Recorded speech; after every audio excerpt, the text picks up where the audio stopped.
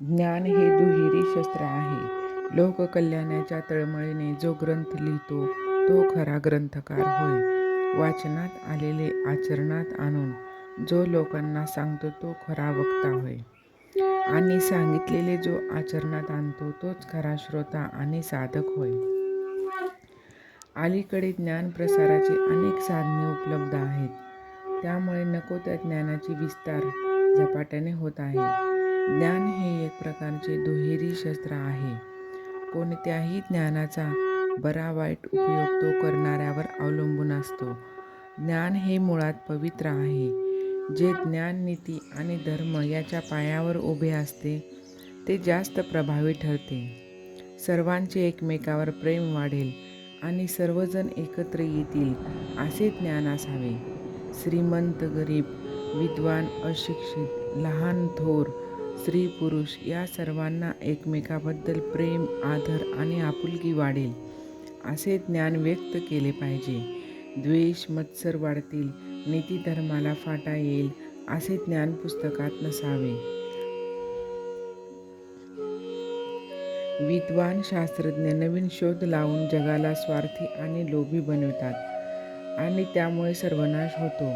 जे ज्ञान समाधान देत नाही ते खरे ज्ञान नव्हे. जगाचे खरे स्वरूप ज्याने कळले तेच खरे ज्ञान होय. देहासंबंधी जे ज्ञान ते व्यावहारिक ज्ञान. जे जसे आहे तसे ओळखणे हे तत्वज्ञान. मी देहाला माझा म्हणतो, अर्थात मी देह नव्हे माझे घर म्हणणारा मी घराहून वेगळा ठरतो. जडत्व म्हणजे काय? देहाच्या ठिकाणी ममत्व हे जडत्व. पदार्थाचे यथार्थ ज्ञान ज्याला आहे तो शहाणा. व्यवहाराचे गूढ ज्याला कळते तो प्रपंची. जगाचे गूढ ज्याला कळते तो तत्वज्ञानी. सूक्ष्माचे ज्ञान होणे यात सुख आहे. आत्मा हा समुद्र आहे तर जीव हा त्याचा अगदी लहान थेंब आहे. त्याची ओळख होऊन आत्म्याशी समरस होणे हेच खरे ज्ञान आहे. ब्रह्म, सत्य अशा ज्ञानाच्या गोष्टी कळायला कठीण असल्या तरी अभ्यासाने दीर्घ काळानंतर कळतील. पण भगवंताचे महत्त्व कळणार नाही. ते एक संत कृपेनेच कळते. नामावर विश्वास बसणे म्हणजे महाभाग्याचे लक्षण आहे. आपण बुद्धिभेदापासून सावध किंवा दूर राहिले पाहिजे.